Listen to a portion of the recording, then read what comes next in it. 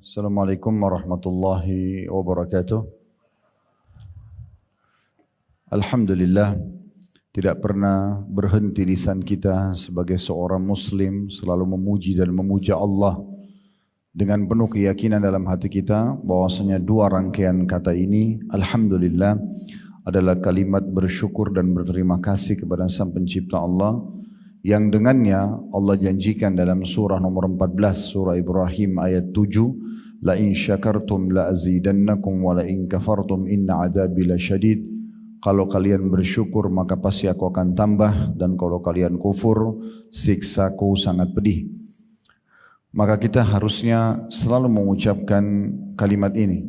Selanjutnya kita panjatkan salawat dan taslim kepada utusan Allah Nabi besar Muhammad sallallahu alaihi wa ala alihi wa sahbihi wasallam, sebagaimana telah Allah perintahkan kepada kita untuk mengucapkan salam hormat tersebut, dan tentu saja kita berharap akan mendapatkan balasan yang sudah dijanjikan. Dengan mengucapkan satu kali salam hormat kepada beliau akan dibalas dengan 10 rahmat Allah. Sebagaimana sabda Nabi sallallahu alaihi wasallam, man shalla alayya marratan sallallahu alaihi biha 10. Allah, siapapun yang mengucapkan salam kepadaku satu kali, maka Allah akan mengucapkan salam kepadanya 10 kali. Baik, melanjutkan bedah buku kita, saudaraku seiman, Keajaiban Sedekah dan Istighfar yang tulis oleh Hasan bin Ahmad bin Hasan Hammam. Sebelum kita masuk ke lanjutan bahasan, tepatnya ada di halaman 27, beberapa contoh riwayat tentang para pemberi sedekah dan infak. Saya pribadi ingin terus memotivasi diri saya dan teman-teman sekalian.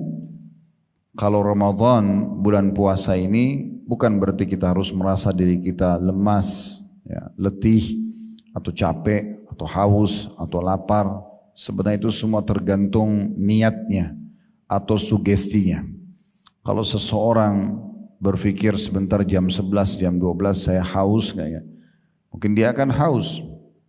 Tapi kapan dia lakukan dan laksanakan ibadah ini sebagaimana sabda Nabi sallallahu alaihi wasallam, man shama ramadhana imanan wa ihtisaba ghufira lahu ma taqaddama min dhanbi. Siapa yang berpuasa Ramadan karena keimanan, yakin ini perintah Allah sehingga dia nikmati setiap detik dari masa-masa ibadahnya itu, dan ihtisab, mengharapkan pahalanya, maka akan dibersihkan dosa-dosanya yang lalu. Perlu teman-teman ketahui, awal sekali disyariatkan puasa Ramadan di tahun 2 Hijriah, dan di waktu itulah juga diperintahkan, ada perintah Allah dan Rasulnya untuk perang Badr. Dan banyak di antara sahabat sambil berperang sambil puasa. Jadi puasa tidak perlu dijadikan sebagai alasan membatasi aktivitas kita. Justru sebaliknya, puasa itu adalah kesehatan. Puasa itu akan membawa seseorang akan banyak menghemat waktu yang tadinya dia pakai untuk makan dan minum. Dan juga insya Allah bisa dimaksimalin dalam ibadah kepada Allah subhanahu wa ta'ala. Kalau bukan Ramadan, kita beristighfar, kita menambah iman kita, menambah ilmu kita, meningkatkan kualitas dan kuantitas ibadah kita. Lalu kira-kira kapan? Makanya Nabi SAW mengatakan, man haruma khairaha fakat harum. Siapa yang telah terharamkan dari semua kebaikan Ramadan, maka dia telah terharamkan dari semua kebaikan. Oleh karena itu teman-teman sekalian, momentum ini adalah momentum sekolah peningkatan skill spiritual kita. Maka maksimalkan baik-baik.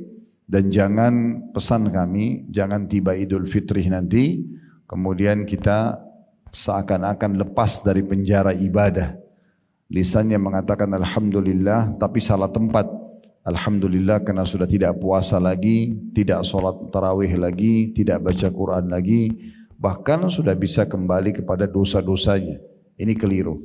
Sekarang ini masa pelatihan peningkatan skill spiritual kita atau ketakwaan dan keimanan kita untuk dijaga 11 bulan ke depan setelah Ramadan.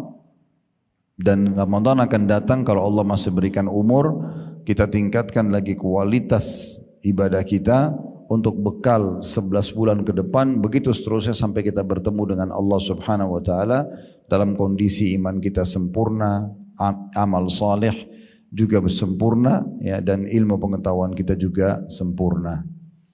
Baik, kita akan lanjutkan teman-teman sekalian tentang masalah sedekah yang merupakan salah satu resep utama seseorang itu untuk mendapatkan rezeki yang lebih luas. Sedekah bukanlah pengeluaran dalam pandangan Islam, tapi dianggap sebagai sebuah investasi yang kita investasikan langsung kepada Sang Pencipta Allah yang Maha Kaya.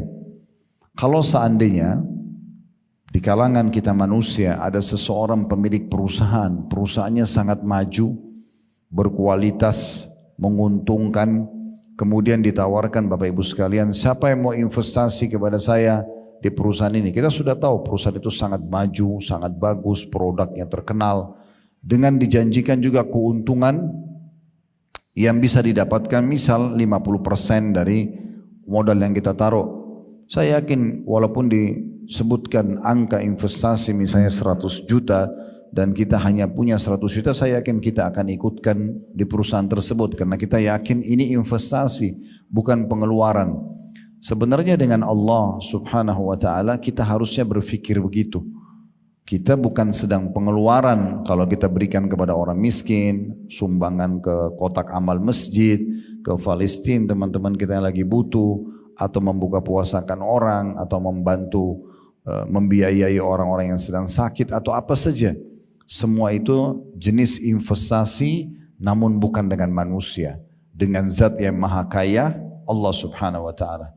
Pakai resep ini, selalu sedekah, rutinkan.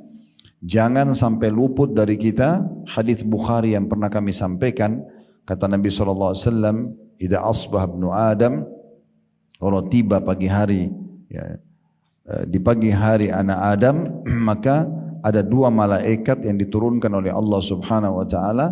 Yang satu mengatakan, "A'ti mumfikan khalafa," ya Allah berikanlah orang yang berinfak ganti, dan yang satu mengatakan, "Wa a'ti mumsikan talafa," dan berikanlah kebinasaan kepada orang yang menahan atau pelit. Maka setiap hari kalau kita keluarkan sedekah, makanan kah, minuman kah, pakaian kah, uang kah, apa saja, maka semua itu adalah investasi terbaik yang kita berikan, yang nanti akan diganti oleh Allah Subhanahu wa taala sebagaimana Allah sebutkan dalam surah Saba, surah nomor 34 ayat 39 potongan ayatnya, "Wa ma anfaqtum min syai'in fahuwa yukhlifu." Semua yang kalian infakkan maka pasti Dia akan menggantinya. Allah Subhanahu wa taala kalau sudah mengganti Bapak Ibu sekalian, selalu renungi firman-Nya, dan ini kekal ditelawakan oleh orang-orang beriman sampai hari kiamat. Innallaha yarzuqu may yasha'u bighairi hisab. Allah itu kalau memberikan balasan kepada orang maka tanpa ada hitungan lagi. Jadi tidak ada di dalam syariat Allah Subhanahu wa taala itu kita keluarkan 100 ribu kita akan diganti 100 ribu, itu tidak ada. Tapi Allah akan balas dengan tanpa ada nilainya lagi. Jadi sangat besar balasan dari Allah Subhanahu wa taala. Orang yang perhitungan kalau berinfak di jalan Allah, maka Allah pun perhitungan dengan dia. Tapi kalau dia royal di jalan Allah, Allah pun royal kepadanya. Ingat pernah kami sampaikan sabda Nabi SAW kepada Asma binti Abi Bakar radhiyallahu anhuma. Beliau mengatakan, "La tuqi fayuqillahu alaiki." Jangan kau perhitungan hai Asma, maka Allah pun akan perhitungan padamu. Jadi betul-betul kita harusnya yakin dengan masalah ini, dan ini bukan hanya sekedar menjadi penyebab banyaknya rezeki. Sudah kita jelaskan perkataan salaf bagaimana mereka mengatakan bahkan bisa menghilangkan musibah yang akan menimpa kita kalau kita bersedekah, ya. Ingat perkataan Ibnu Ja'ad radhiyallahu atau rahimahullah, ada di halaman 6, ya. Sesungguhnya sedekah itu benar-benar bisa menghilangkan 70 pintu keburukan. Bahkan orang-orang yang sakit, ya, mungkin kayak di rumah sakit begini banyak pasiennya, itu Nabi SAW sudah berikan kita sebuah resep yang luar biasa. Beliau mengatakan, "Dawu mardhakum bis sadaqah." Obati orang yang sakit di antara kalian dengan sedekah. Kalau dalam hitung-hitungan akal orang-orang kapitalis tidak akan nyambung. Memberikan kotak amal masjid, memberikan orang miskin bisa sembuhin penyakit saya. Nah itu, tapi dalam kamus agama kita memang seperti itu, ya. Dan nanti akan ada dalam buku kita ini contoh-contoh berapa banyak orang yang sembuh dari penyakit-penyakit kronis justru karena sedekah yang dia keluarkan. Dan ingat, sedekah selalu saya sampaikan dan saya ulang-ulangi, kita harus menganggap teman-teman sekalian kita lebih butuh dengan sedekah itu daripada penerima sedekah itu sendiri. Jangan pernah kita pakai persepsi kalau orang yang minta mengemis, minta misalnya sesuatu, berarti dia lebih butuh daripada saya. Tidak, kita harus balik sekarang, kita yang lebih butuh dengan mereka. Karena mereka akan menerima uang kita misalnya 100.000 rupiah atau satu bungkus makanan kita, habis itu dinikmati sama dia habis. Tapi kita dalam teori agama, nilai yang sudah kita keluarkan akan dibawa ke timbangan amal hari kiamat dan tidak hilang. Walaupun secara kasat mata sudah dinikmati oleh orang yang menerima tersebut. Makanya Fudail bin Iyad rahimahullah seorang tabi'in pada saat melihat orang-orang yang menerima sedekahnya, beliau mengatakan mereka membawa perbekalan-perbekalan kita menuju akhirat tanpa upah sedikit pun, hingga mereka meletakkannya di atas timbangan amal, ya. Dan sebagian salafus salih kalau kedatangan orang yang minta sesuatu, maka beliau mengatakan selamat datang wahai orang-orang yang hadir untuk membawakan perbekalan kami kepada Rabb kami. Jadi begitulah pandangan para ulama kita tentang sedekah itu. Mereka mengetahui dan menanamkan dalam diri mereka, mereka lebih butuh mengeluarkan sedekah daripada si penerima. Sehingga kalau persepsi seperti ini, kita justru yang mencari-cari siapa yang butuh bantuan, kita memberikan. Kita berharap dia bisa terima sedekah kita. Kalau selama ini kan persepsinya tidak seperti itu. Seakan-akan orang yang miskin itu yang minta, mereka yang butuh.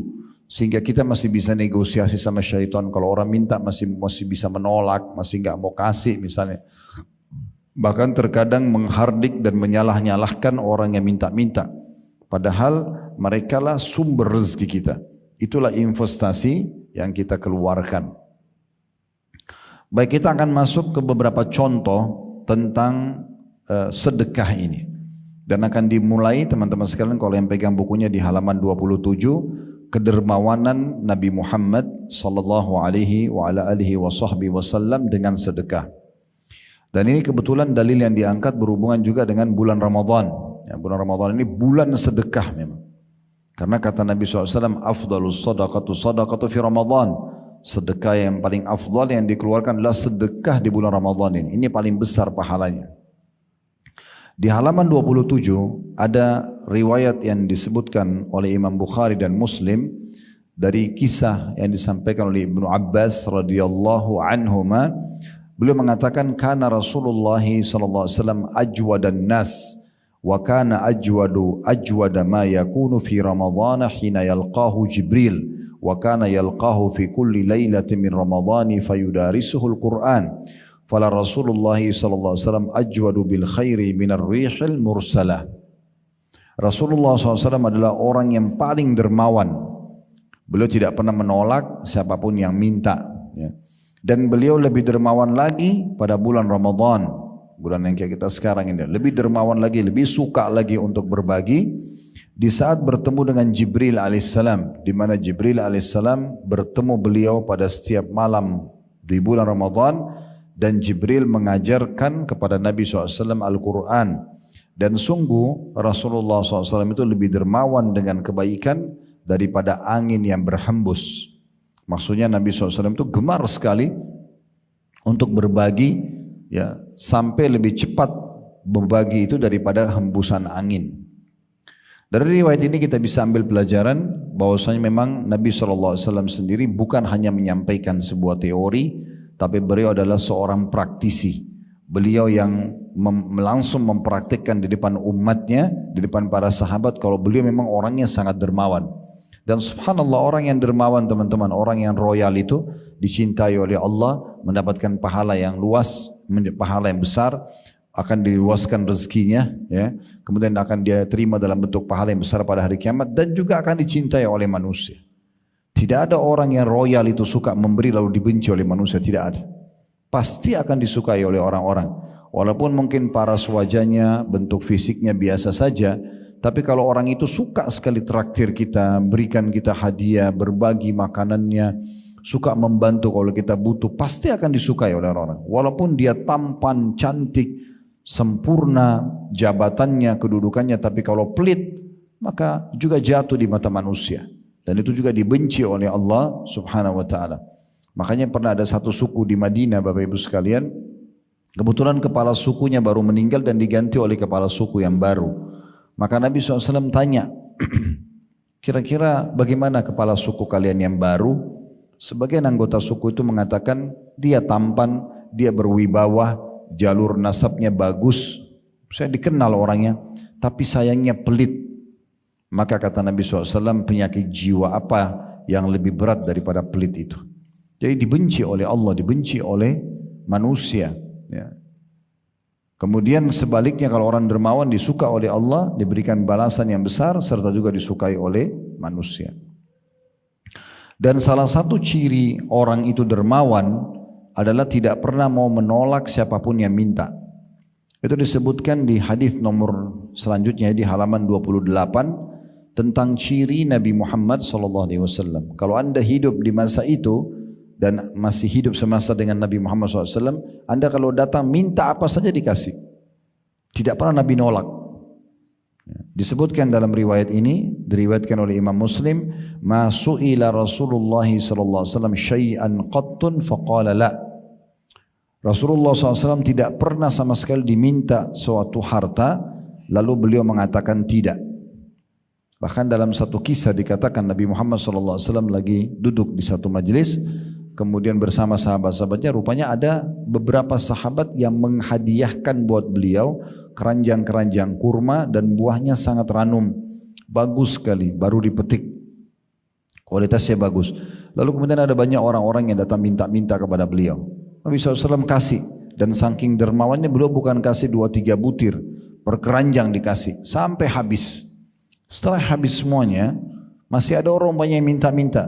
Maka Nabi SAW terlihat sedih waktu itu karena tidak bisa beri kepada orang ini, saking cintanya dengan kedermawanan itu. Maka Umar bin Khattab di sebelah Nabi langsung mengatakan, ya Rasulullah, Allah tidak bebankan anda di atas kemampuan anda. Maksudnya anda sudah bantu tadi mereka yang lainnya. Ini kalau sudah datang lagi orang dan anda tidak punya, enggak usah anda bebankan diri anda. Nabi diam saja. Rupanya di sebelah Umar ada Ali bin Abi Thalib, anak mantu Nabi. Ali mengeluarkan korek kantongnya ada uang 3 dirham. Kemudian Ali mengatakan, ya Rasulullah, ini ada sisa 3 dirham, silakan anda letakkan di mana anda ingin. Maka Nabi SAW pun tersenyum lebar sambil mengambil uang itu dan memberikan kepada orang yang minta, dan beliau bersabda, bihadza umirtu, beginilah aku diperintahkan. Jadi bagaimana Nabi SAW menggambarkan kepada kita kalau Allah memang mau kita selalu memberi. Allah itu zat maha kaya dan suka hamba-hambanya untuk berbagi, dan dia akan balas kekayaan bagi hamba tersebut.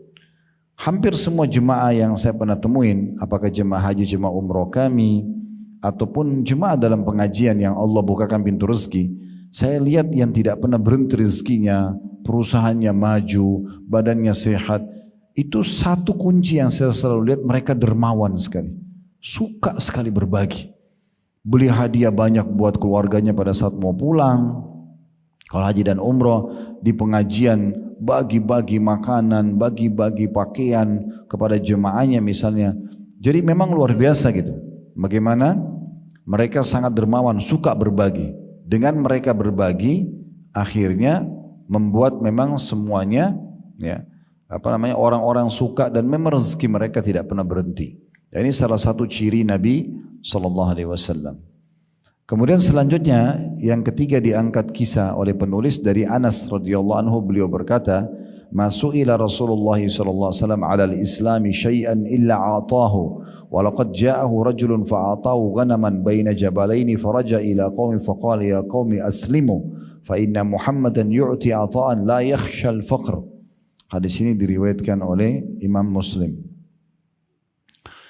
Artinya kata Anas radhiyallahu anhu, tidaklah Rasulullah sallallahu alaihi wasallam dimintai sesuatu atas keislaman, melainkan beliau akan memberikannya. Sungguh seseorang telah datang kepada beliau, lalu beliau memberikan kepada orang tersebut domba yang berada di antara 2 gunung. Kemudian orang tersebut kembali kepada kaumnya seraya berkata, wahai kaumku, masuklah kalian ke dalam Islam karena Muhammad itu memberikan pemberian dalam keadaan tidak akan mendatangkan kemiskinan. Jadi ini kisahnya ada di salah satu peperangan Nabi SAW, ada orang non-muslim. Orang non-muslim ini. Dia datang, dia lihat Nabi SAW lagi bagi-bagi harta rampasan perang. Dia minta, hai Muhammad, tolong kasih saya 1 ekor domba. Dia minta domba. Ya. Domba lumayan harganya, di kita pun di Indonesia sekarang di atas 1,5 juta, 2 juta per ekor. Dia minta. Nabi SAW kebetulan punya domba banyak sekali di antara 2 gunung. Beliau mengatakan ambil domba-domba ini. Banyak dikasih orang itu. Dia tidak sangka.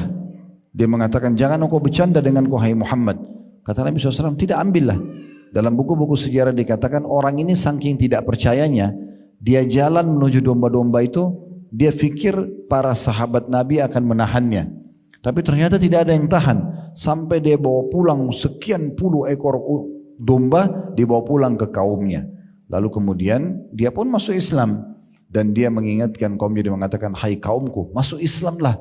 Karena Muhammad mengajarkan pemberian, ya, mengajarkan agar memberikan pemberian yang tidak akan pernah membuat kita kemiskinan. Karena disuruh saling berbagi. Dan Nabi SAW tanamkan ini kepada kita umatnya.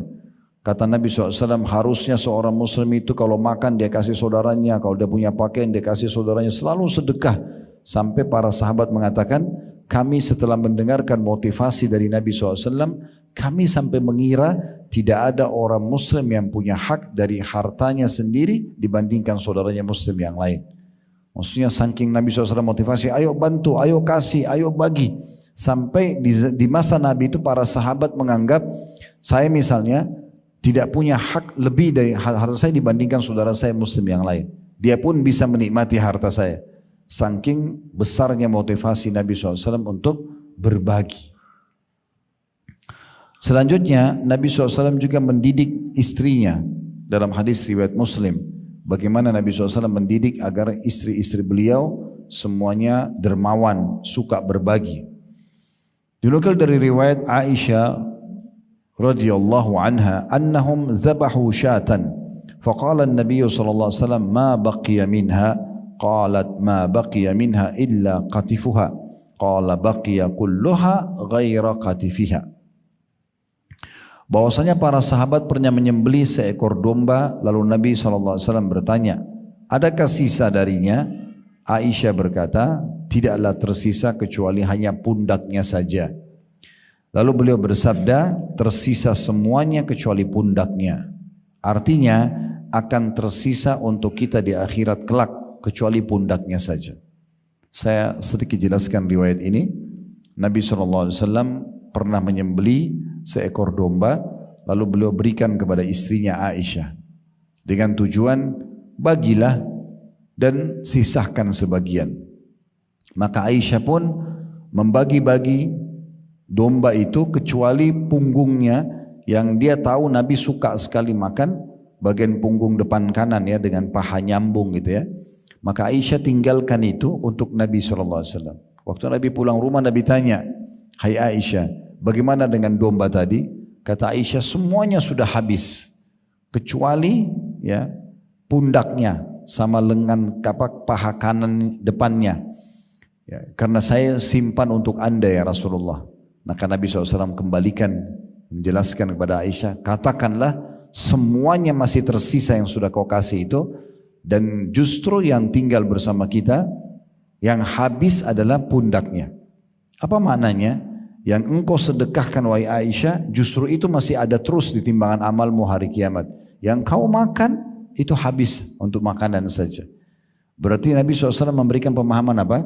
Kalau kalian sedekah, 100 ribu, 100 juta rupiah, berapapun anda keluarkan, maka itu adalah harta investasi yang sebenarnya karena kita akan terima hasilnya di hari kiamat. Justru yang kita pakai makan, yang kita pakai pakaian itu hanya akan habis, kita pakai sebagai fasilitas. Dikeluarkan oleh Ibnu Jarir dari Sahal bin Sa'ad radhiyallahu anhu bahwa seorang wanita telah datang kepada Nabi SAW dengan membawa satu pakaian berupa mantel yang terukir pada ujung-ujungnya. Lalu wanita itu berkata, wahai Rasulullah, saya datang kepada anda untuk memberikan ini untuk anda. Lalu Rasulullah SAW mengambilnya, di mana beliau memang sangat membutuhkannya hingga beliau memakainya. Kemudian mantel itu dilihat oleh seseorang dari sahabat beliau, seraya berkata, wahai Rasulullah, betapa indahnya mantel tersebut, maka berikanlah mantel itu kepadaku. Beliau berkata, iya. Dan ketika Rasulullah SAW beranjak untuk memberikannya, para sahabat yang lain mencelah orang tersebut seraya mengatakan, engkau tidak bersikap baik ketika melihat Rasulullah SAW mengambil mantel itu dari wanita tadi karena membutuhkannya, lalu engkau memintanya. Padahal engkau tahu bahwa tidaklah beliau itu dimintai, melainkan pasti beliau memberikan, sehingga tidak mungkin menolaknya. Lalu orang itu mengatakan, demi Allah tidaklah ada faktor yang mendorong saya melakukan ini, melainkan karena saya berharap keberkahannya ketika telah dipakai oleh Rasulullah SAW, dan saya berharap agar saya dikafani dengan mantel tersebut. Saya jelaskan dulu kisah ini ya, ada dari halaman 29 sampai halaman 30. Pernah satu waktu di musim dingin, Bapak Ibu sekalian, dan Madinah ini kalau dingin sangat dingin. Kami pernah tinggal sana sekitar 7 tahunan, selain yang bolak-balik tapi tinggal waktu masih sekolah. Itu kalau musim dingin bisa 4-5 derajat, cukup dingin ya. Tentu ada wilayah-wilayah di muka bumi yang lebih dingin lagi.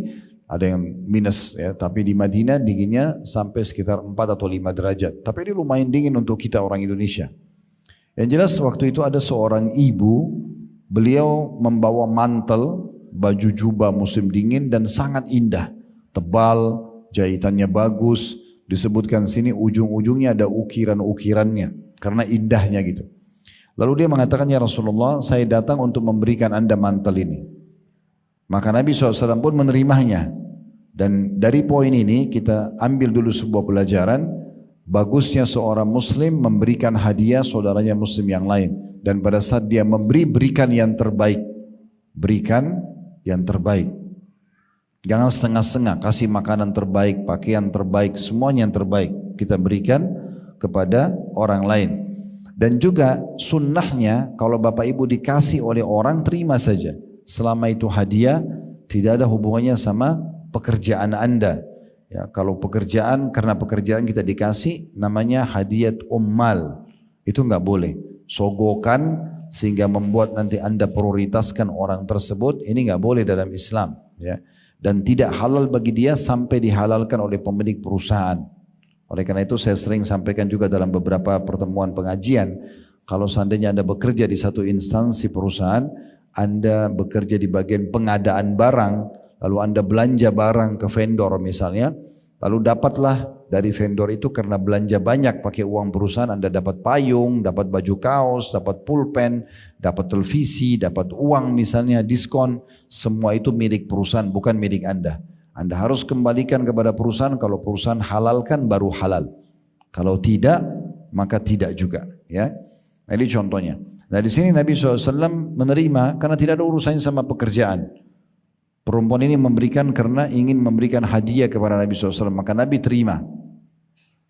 Lalu yang terjadi, Nabi SAW pakai, dalam beberapa riwayat dikatakan karena beliau memang orangnya putih, tampan, bersih, jadi pakai mantel itu tambah tampan, dan beliau lewat di hadapan para sahabat pada saat mau memimpin sholat. Maka ada satu sahabat yang lihat itu karena suka lihat mantel itu, maka dia mengatakannya Rasulullah, padahal ini Nabi baru pakai. Bayangkan Bapak Ibu sekalian, kita dikasih baju bagus, tiba-tiba ada orang bilang bajunya bagus, kasih ke saya. Maka apa yang terjadi? Mungkin kita menolak. Nabi SAW tidak. Begitu dia baru pakai, orang itu langsung bilang, ya Rasulullah, mantel itu bagus sekali, bisa kasih ke saya enggak? Kata Nabi SAW, iya. Saking dermawannya, mantel yang baru yang bagus langsung dikasih. Waktu Nabi SAW buka, di saat itu Nabi buka langsung Nabi kasih ke dia, karena dia minta. Maka pada saat itu orang-orang menghardik sahabat tadi, mengatakan, kenapa kau minta mantel yang baru saja Nabi terima dan sangat bagus Nabi pakai, dan engkau tahu Nabi butuh karena ini musim dingin, serta juga kamu tahu sifat Nabi SAW, Nabi itu orangnya tidak mau menolak kalau diminta. Maka orang itu mengatakan, demi Allah saya bukan minta karena saya mau mengambil apa yang Nabi sudah miliki, tapi saya ingin mencari keberkahannya karena Nabi memberkah beliau. Maksudnya habis dipakai, saya ingin langsung pakai, dan saya berharap nanti kalau saya meninggal, mantel ini dijadikan kafan buat saya. Tapi di sini kita bisa lihat saksi bahasanya teman-teman sekalian, bagaimana dermawannya Nabi Muhammad SAW sampai beliau jubah baru saja langsung beliau kasih. Langsung beliau kasih. Ya. Ada sedikit tambahan riwayat, sepupu Nabi SAW namanya Abdullah bin Abbas radhiyallahu anhuma, saking beliau belajarnya dari Nabi bagaimana dermawan ini, beliau pernah jalan dan beliau juga menggunakan jubah baru. Rupanya ada orang lewat, entah kenapa orang ini seperti orang yang iri dan hasad gitu ya. Lalu dia mencaci maki Abdullah bin Abbas. Dia mengatakan, mentang-mentang kau adalah sepupu Nabi, mentang-mentang kamu begini, pokoknya dicaci maki. Abdullah bin Abbas diam saja, tidak membalas orang ini, diam saja. Maka pada saat itu, Bapak Ibu sekalian, setelah orang itu selesai mencaci maki dan segala macam, Abdullah bin Abbas faham orang ini merasa iri dengan baju yang dipakai. Maka beliau buka jubahnya dan beliau kasih ke orang tersebut. Sambil beliau mengatakan, kalau seandainya kamu ada keperluan lagi, datanglah kepada kami. Jadi sudah dicaci maki, tapi beliau bahkan memberikan orang yang mencaci maki pakaian tersebut. Akhirnya orang itu merasa bersalah dan menjadi murid Abdullah bin Abbas radhiyallahu anhuma. Baik, kita masuk selanjutnya, bagaimana riwayat tentang motivasi Nabi SAW. Tadi kita sudah jelaskan motivasi kepada istrinya. Sekarang motivasi Nabi kepada para sahabat agar jangan menunda-nunda sedekah. Di antaranya masih di halaman 30, riwayat dari Ibnu Mas'ud radhiyallahu anhu, beliau berkata, dakhalan Nabi sallallahu alaihi wasallam ala Bilalin wa indahu suwarun min gaz.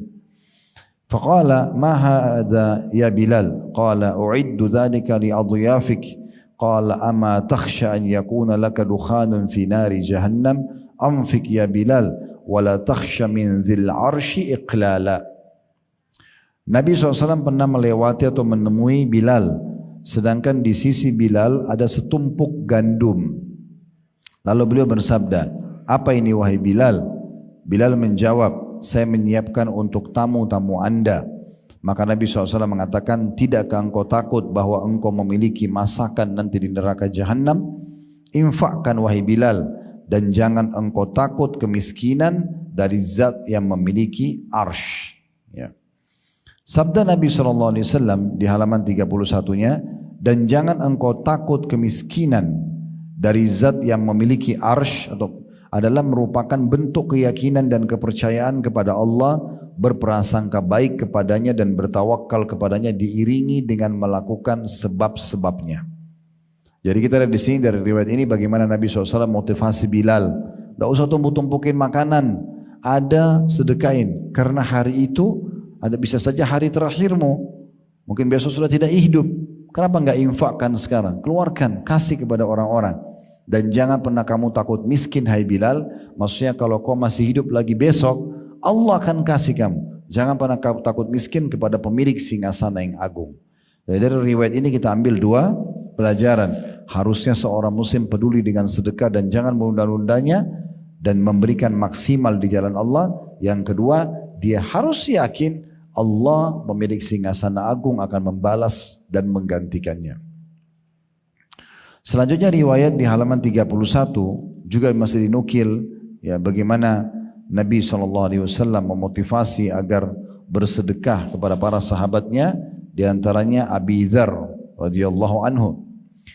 Dari riwayat Abdullah bin Abbas radhiyallahu anhu, Abu Dzar radhiyallahu anhu berkata kepadaku, wahai anak saudaraku, saya pernah bersama Rasulullah SAW dengan memegang tangan beliau dan beliau bersabda kepadaku. Jadi sahabat Nabi Abi Dzar menceritakan bagaimana pernah dia gandengan tangan sama Nabi dan Nabi nasihati dia. Apa nasihatnya?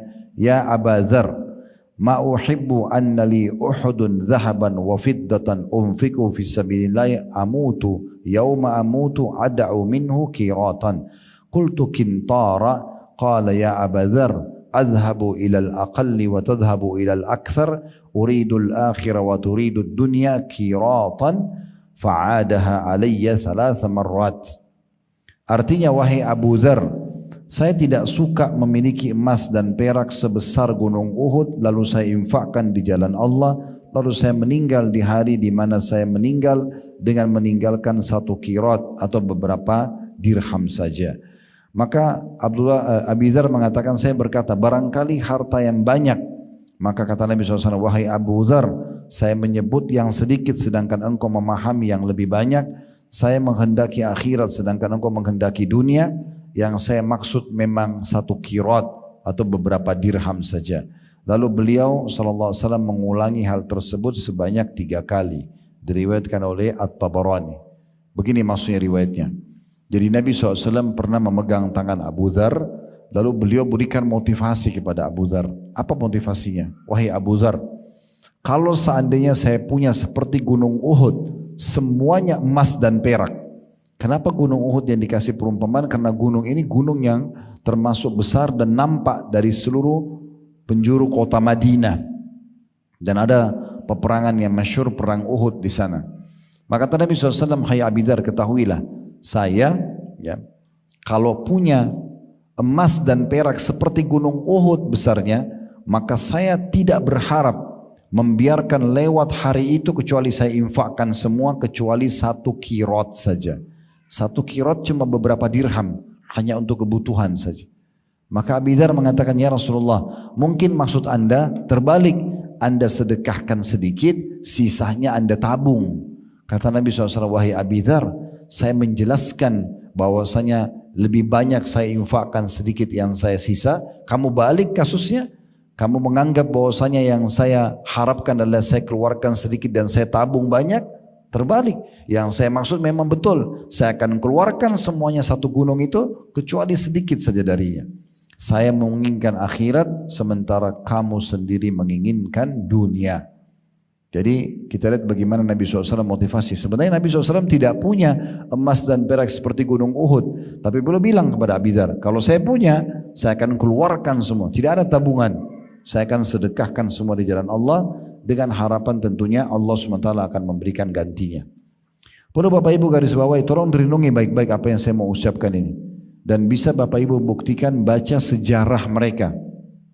Uthman bin Affan, Abdurrahman bin Auf, Sa'ad bin Ubadah, Talha bin Ubaidillah, Sa'ad bin Abi Waqqas, dan banyak sahabat-sahabat Nabi yang kaya raya. Bapak Ibu tahu, saya pernah telusuri riwayat mereka dan sudah kita buat tablik akbar di Blok M, sebulan sekali serial mereka. Saya bacakan dari beberapa referensi, mereka memang betul-betul pada saat meninggalkan harta, kalau dihitung uang kita mungkin ratusan miliar. Pertanyaan sederhana, dari mana warisan yang ditinggalkan oleh sahabat-sahabat ini? Apakah dari hasil tabungan mereka semasa hidup mereka? Ternyata jawabannya bukan, Bapak Ibu sekalian. Gudang harta mereka menjadi penuh justru beberapa hari sebelum mereka meninggal, karena mereka rutin bersedekah. Orang yang sedekah ini tidak akan pernah habis hartanya. Tidak akan pernah habis. Dia sudah mendapatkan pahala karena dia sedekah, dia bisa penuhi kebutuhannya dengan uang itu dan akan dibalas oleh Allah Subhanahu wa taala. Ini jelas sekali dalam fakta lapangan di kehidupan para sahabat tersebut. Jadi pada saat mereka meninggal seperti Abdurrahman bin Auf itu, saking menumpuknya emas di gudangnya sampai harus di waktu dibagi kepada harusnya dihancurin, dipotong sama kampak. Ya, saking besar-besarnya gundukan emas itu, ya. Tapi subhanallah, ini sekali lagi bukan hasil tabungan semasa hidup, tapi datang beberapa hari sebelum beliau meninggal dunia karena rutinnya bersedekah. Talha bin Ubaidillah radhiyallahu anhu, nanti akan ada kisahnya di sini ya. Bagaimana beliau gelisah pada saat mau tidur di malam hari, istrinya tanya, kenapa anda gelisah? Dia mengatakan, saya telah kedatangan keuntungan sekian peti, isinya emas semua. Ini keuntungannya. Maka saya gelisah jangan sampai saya meninggal, Allah tanya nih harta, ya, masih ada di rumah. Maka istrinya yang salihah, ya bukan seperti wanita di masa sekarang, mungkin kalau dia harta suaminya melimpah malah buat saya aja, biar saya beli emas, biar saya begini. Tapi wanita ini mengatakan, kenapa anda pikirkan itu? Mari kita bungkus harta ini dan kita bagi-bagikan. Maka suami istri semalam suntuk menghabiskan keuntungan perusahaan mereka untuk dibagikan kepada orang-orang susah. Sampai tiba pagi hari.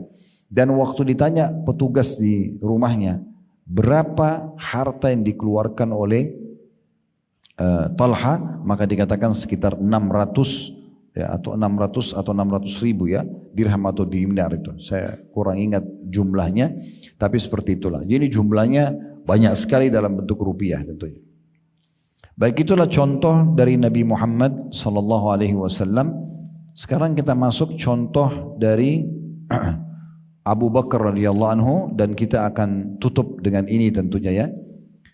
Disebutkan di halaman 32 dari Umar bin Khattab radhiyallahu anhu, beliau berkata, "Amarana Rasulullah sallallahu alaihi wasallam an natasaddaqa fawaqa dzalika indi malan faqultu al-yawma asbiqu Abu Bakr in sabaqtuhu yawman faji'tu bi nisfi mali."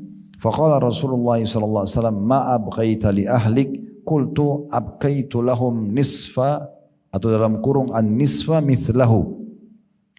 Wa ata Abu Bakar bi kulli ma indahu faqala ya Abu Bakar ma abqaita li ahlik? Qala abqaitu lahum Allah wa rasulah. Qultu wallahi la asbiquhu ila syai'in abada.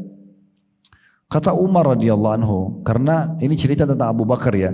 Abu Bakar ini orangnya suka berinfak, dan kalau berinfak itu enggak nanggung-nanggung. Kalau dia korek kantongnya ada uang 500 ribu, semua dikasih 500 ribu. Dia orangnya enggak perhitungan, langsung dikeluarkan semua. Lagi enggak pakai milih-milih lagi duitnya. Itu sifatnya Abu Bakar. Maka Umar satu waktu mendengar seruhan dari Nabi SAW untuk berinfak, pada saat itu untuk perang. Maka Umar berkata, pada suatu hari Rasulullah SAW memerintahkan kami untuk bersedekah. Maka hal itu sangat bertepatan sekali dengan waktu saya memiliki harta, kata Umar.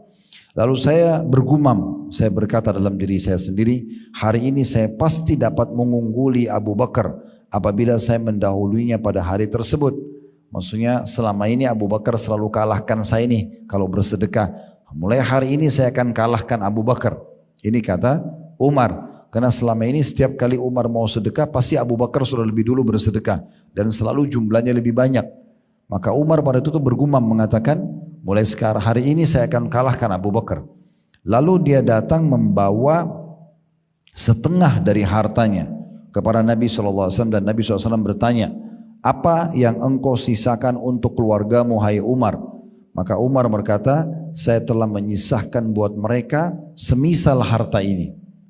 Sama, misalnya punya uang 100 juta, 50 juta diinfakkan, 50 juta dikasih tinggal untuk keluarganya. Tidak lama kemudian Abu Bakar datang dan membawa seluruh hartanya. Maka Nabi SAW bertanya, wahai Abu Bakar, apa yang engkau sisakan buat keluargamu?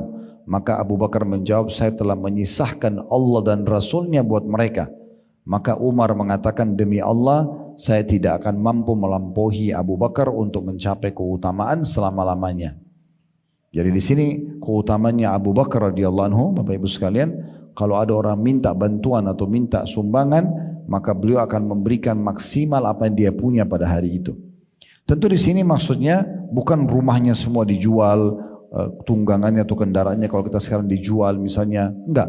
Tapi apa yang sedang beliau pegang di tangan itu dikeluarkan semua, dikasih ya di jalan Allah Subhanahu wa taala. Ibnu Ishaq di halaman 33, ya kita tutup dengan ini ya, telah meriwayatkan dari Asma radhiyallahu anha, ia berkata, tatkala Rasulullah SAW pergi bersama Abu Bakar dan Abu Bakar membawa seluruh hartanya sebesar 5.000 dirham, Asma berkata, lalu kakekku Abu Quhafa datang kepada kami di mana beliau telah buta seraya berkata, demi Allah sungguh saya berpendapat bahwa dia menyakiti kalian dengan menafkahkan seluruh hartanya untuk kepentingannya sendiri. Asma berkata, tidak demikian wahai kakek, sesungguhnya dia telah meninggalkan harta yang banyak buat kita.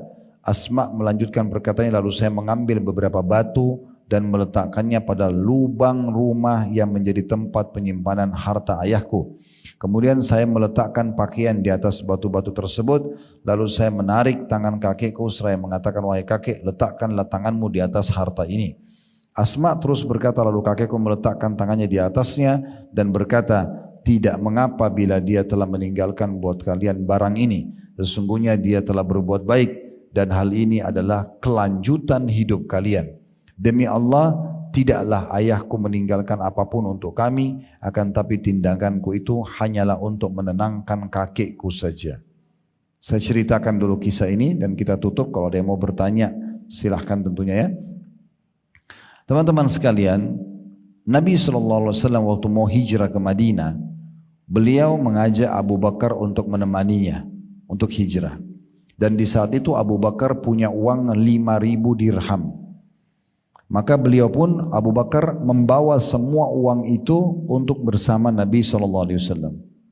Sementara di rumahnya masih ada anak-anaknya, gitu kan. Dan Abu Bakar tidak meninggalkan uang buat mereka. Lalu kemudian ayahnya Abu Bakar namanya Abu Quhafa. Abu Quhafa ini masih dalam kondisi kafir pada saat itu ya. Nanti dia masuk Islamnya di pembebasan kota Mekah. Abu Quhafa ini Bapak Ibu sekalian kemudian berkata kepada Asma anaknya Abu Bakar, dia mengatakan, wahai Asma, Abu Bakar telah pergi, kemungkinan dia bawa semua hartanya, ya, dan itu buruk buat kalian. Maka kata Asma, saya mengatakan tidak wahai kakekku, sesungguhnya ayahku meninggalkan harta yang cukup. Lalu Asma mengatakan, saya mengambil batu-batu yang saya penuhkan ke lubang yang biasa kami taruh uang dan kami tutup dengan kain baju. Lalu saya, karena kakek saya buta, saya memegang tangannya lalu saya mengatakan, kakek letakkanlah tanganmu di atas harta ini. Maka kakeknya Abu Quhafa meletakkan tangannya di situ sambil mengatakan, kalau ini benar dia telah meninggalkan harta sebanyak ini, maka dia tidak menyia-nyiakan kalian. Kata Asma, demi Allah sesungguhnya ayahku tidak meninggalkan harta buat kami, tapi hanya untuk menenangkan kakekku saja. Maksudnya Abu Bakar itu betul-betul kalau memang dia berinfak di jalan Allah, dia tidak setengah-setengah dalam berinfak di jalan Allah subhanahu wa ta'ala itu. Baik, mohon maaf saya masih tambah satu lagi, yaitu kisah Uthman bin Affan radhiyallahu anhuma, baru kemudian insyaAllah kita coba buka pertanyaan ya. Salah satu contoh juga orang yang sangat suka berinfak adalah Uthman bin Affan radhiyallahu anhu, anak mantu Nabi dan termasuk orang kayanya sahabat. Disebutkan di halaman 34 Al-Hakim meriwayatkan dari Abdurrahman bin Samurah radhiyallahu anhu, beliau berkata, Uthman bin Affan datang kepada Nabi SAW dengan membawa 1.000 dinar ketika mempersiapkan pasukan Al-Usra atau pasukan perang Tabuk ketika masa sulit. Lalu Uthman meletakkan seluruh dinar itu di pangkuan Nabi SAW. Abdurrahman berkata, lalu Nabi SAW membalikkannya seraya bersabda, ma dharra Uthmana ma amila ba'da hadzal yaum. Tidak akan ada yang membahayakan Uthman apapun yang dilakukannya setelah hari ini. Beliau mengatakannya beberapa kali, diriwayatkan oleh Al-Hakim. Jadi contoh di Uthman bin Affan, waktu Nabi SAW panggil, ayo berinfak, ayo bersedekah, di peperangan terakhir beliau, namanya perang Tabuk, Bapak Ibu sekalian, perang Tabuk, peperangan terakhir.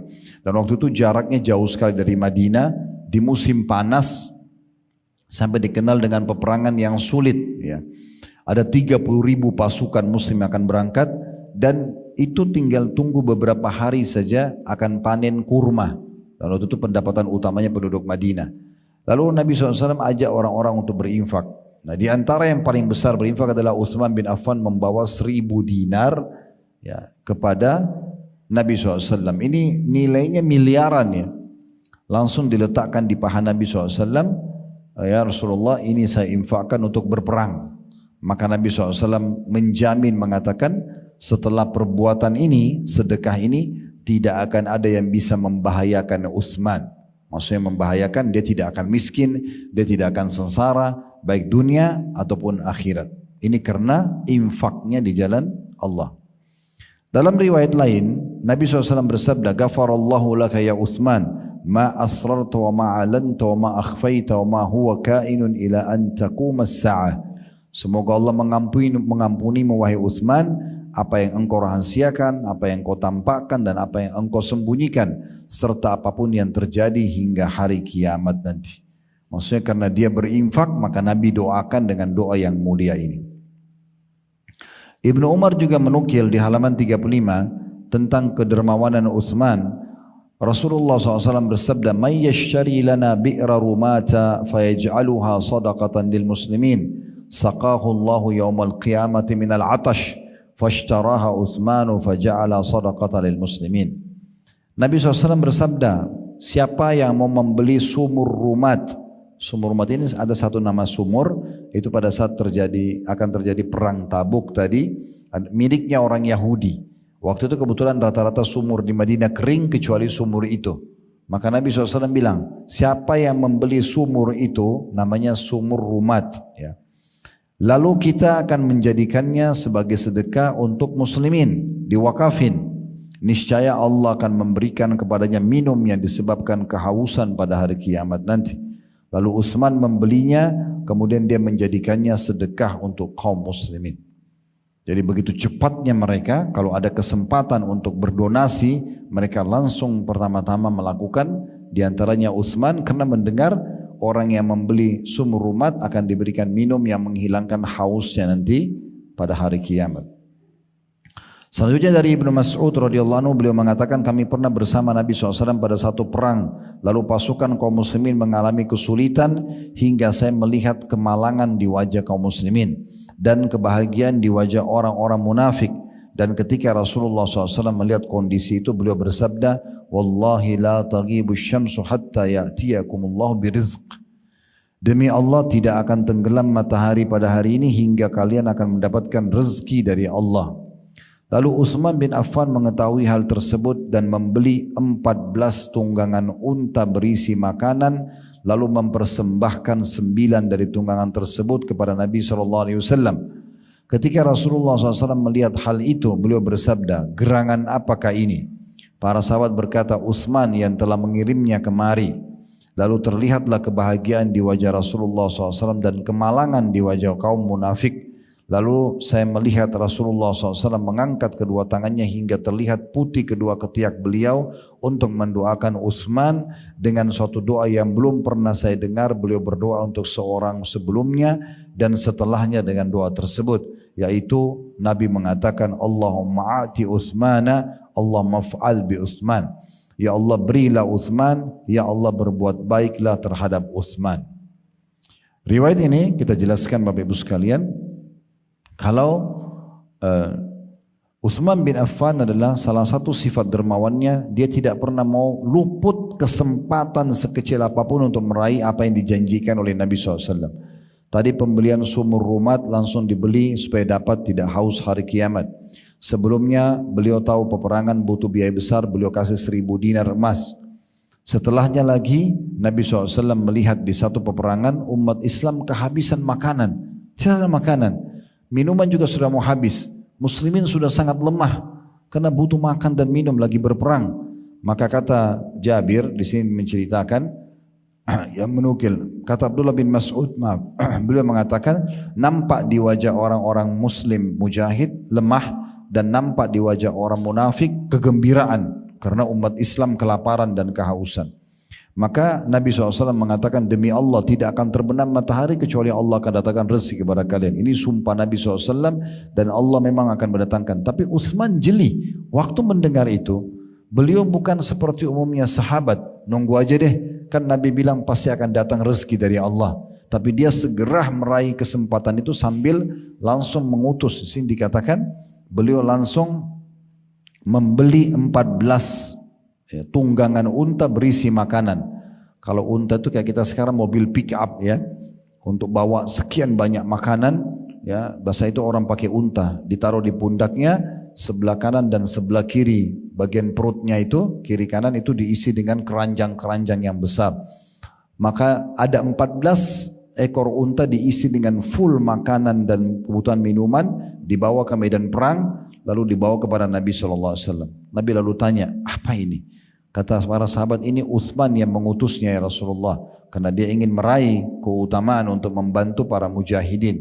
Maka kata Nabi SAW, sesungguhnya ya Utsman sangat pantas untuk mendapatkan doa. Maka beliau berdoa mengatakan, ya Allah berilah Utsman, maksudnya rezeki yang luas ya, kerajaan, kemampuan dan segala macam hal, dan berbuat baiklah kepada Utsman. Nah ini satu contoh lagi tentang bagaimana orang-orang yang telah berbuat baik dengan sedekah tentunya. Kedepannya Bapak Ibu sekalian insyaAllah kita akan lanjutkan di kisah Ibnu Umar, kemudian kisah Ummul Mukminin Aisyah, dan kisah Zainab binti Jahash, kisah Abu Dahda, cukup banyak kisah-kisah sahabat sampai kisah Abu Talha yang akan kita tutup nanti di pertemuan akan datang dengan 5 kisah itu dan pelajaran-pelajaran yang bisa kita ambil. Lalu pertemuan selanjutnya kita akan bahas berobat dengan sedekah. Nanti ada bab khusus di halaman 46 tentang masalah itu. Kita terus berdoa kepada Allah SWT, semoga seluruh amal-amal kita diterima oleh Allah, baik yang sudah kita kerjakan, yang sedang kita kerjakan, yang akan kita kerjakan sampai menjelang ajal dan nanti dengan pahala yang sempurna. Semoga seluruh dosa-dosa yang pernah kita kerjakan sengaja atau tidak sengaja, besar ataupun kecil, dimaafkan oleh Allah Subhanahu wa taala. Semoga Allah selalu jaga persatuan, kesatuan dan kemerdekaan negara kita.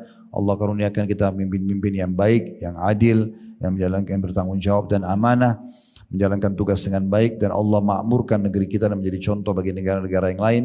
Selalu kita doakan saudara-saudara kita di Palestina, terutama di Gaza yang sedang tertindas. Semoga Allah ikhlaskan niat mereka, terima para syuhada mereka, mulakan Islam di tangan mereka dan tangan kita semua, dan semoga Allah ikut sertakan kita bersama mereka di pahala, baik dengan doa, dengan harta, juga dengan jiwa kita. Dan semoga Allah memenuhi semua hajat-hajat kita dunia dan akhirat, dan Allah sampaikan kita kepada kesempurnaan iman, ilmu dan amal saleh, dan Allah jauhkan kita dari segala pelanggaran dan pembangkangan juga dosa-dosa. Dan semoga Allah satukan kita semua di surga firdausnya tanpa hisab, mana disatukan dalam majlis ilmu yang mulia ini. Allahumma amin. Wa sallallahu ala nabiyyina Muhammadin wa alihi wa sahbihi wa sallam, wa akhiru da'wana alhamdulillahi rabbil alamin. Subhanakallahumma bihamdika asyhadu an la ilaha illa anta astaghfiruka wa atubu ilaik. Wassalamualaikum warahmatullahi wabarakatuh.